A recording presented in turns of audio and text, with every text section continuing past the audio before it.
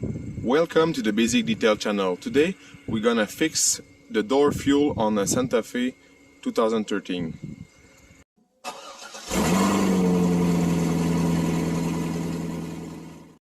So today I pull on this trigger and nothing happened to the fuel door.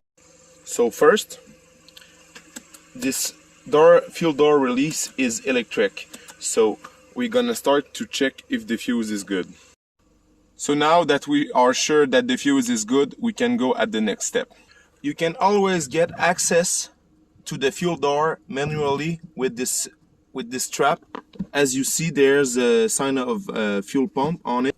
When you remove this plastic, you will see an emergency release. You just have to pull on it to open the fuel door. I'm gonna try to pull out this plastic to get access to the door actuator.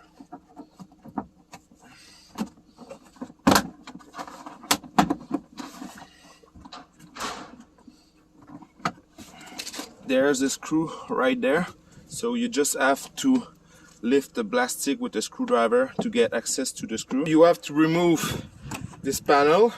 You got 3 caps like this to pull out and reveal three Phillips head screw, and now you can pull on it. Now this part can goes away. You have 2 screws to remove there, and another one there. To remove this part, you have to pull, just simple, put your finger there and pull this plastic piece. Okay, to get access right there, you can slide the passenger seat, the rear seat, at the front like this. You got a bolt right there for the seat belt. I'm gonna remove this one.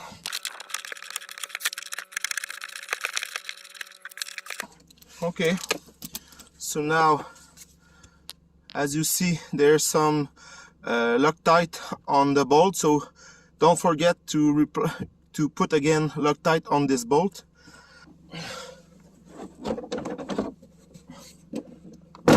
Okay, so now you will be all right to remove it. Okay. To get access to the actuator door, you have to remove a couple of screws.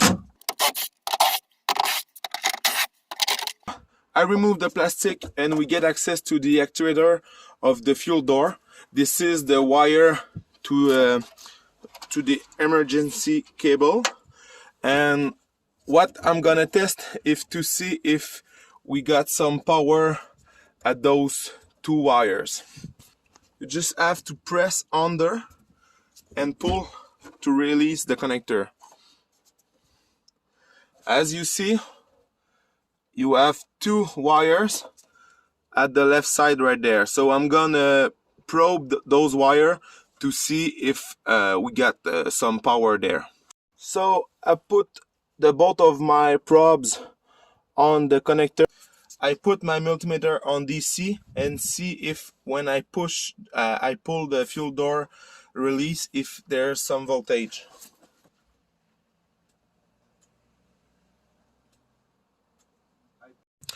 So now, as we see some numbers change when I pull on the trigger of the fuel door. So we know that we got our power from this plug. So we know that the fuse is good, the relay is good. If there's one relay, I don't check, but we know that everything is good, even the button to the the fuel door release. Now we are sure that the actuator door is bad, so I'm gonna call a new one and install it. 2 days later, I order the new part from Shemart. The number is SM2528 fuel door actuator, and this is the new one. You have to remove those two bolts at each side of the actuator. Those two bolts are really hard to get off, but with this tool it will be way easier to remove. Or you still have the option to remove the cap. You have 4 screws and you can pull completely the assembly of the fuel door to get access of the 2 bolts. There's one there and one there. Those two 10mm bolts are pretty hard to remove, but with this tool there's no problem at all.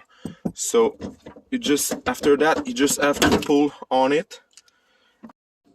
You can snap the new actuator in place, but the fun part is to put those 2 bolts back again.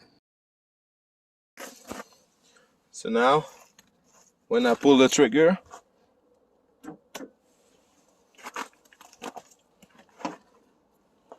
everything is fine.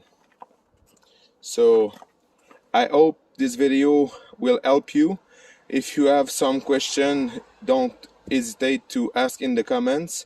Like I said before, I got the special tool, the special wrench to help me to remove the 2 nuts, but I know that you can also remove all this part to get access to the bolt in this way. So good luck with this.